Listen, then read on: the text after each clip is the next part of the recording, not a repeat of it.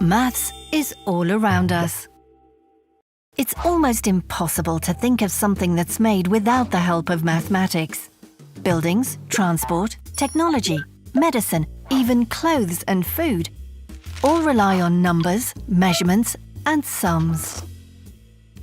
Even in the middle of a vast ocean, you'll find maths at work, keeping boats afloat. But how can heavy metal ships stay on the water's surface when a metal bar or even a tiny coin would sink immediately?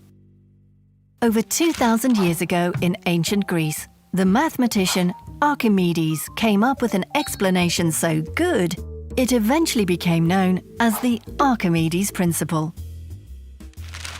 Imagine a bath full to the brim with water. If you drop a ball into it, it floats. Archimedes discovered that any object that rests on water is affected by an upward force opposite to gravity. This force is called buoyancy or upthrust. In addition, the weight of the ball can cause some water to spill over the sides of the bath. The amount of water spilled is called the ball's displacement. So, the upthrust affecting the ball is equal to the weight of the water it displaces. So, if a boat weighs 1,000 kilograms, it will sink until it displaces 1,000 kilograms of water, or until its weight and upthrust are balanced. A ship's buoyancy is also about shape and size. It floats because its weight is distributed over a large area that isn't completely solid, like a metal bar, but is partly hollow, so it has space inside that helps it to float. As the density of the ship is less than water, we can calculate density by dividing the ship's mass and volume.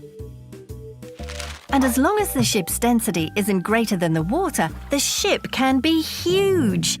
No, really huge, as long as its weight is spread over a big enough area. It's just a case of using maths to work out the density of a ship and to predict its buoyancy. Maths also tells us how much cargo a ship can carry safely. Too much, and its density will be greater than the water, resulting in the ship sinking.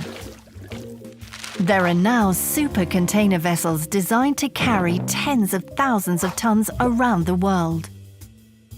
But no matter how advanced a ship's design or how strong its construction, even a small leak can upset the buoyancy, filling the ship with water and making it sink, causing the need for another way to float. From the smallest boat to the biggest ship on the sea, maths helps to keep vessels afloat, proving again that maths really is all around us.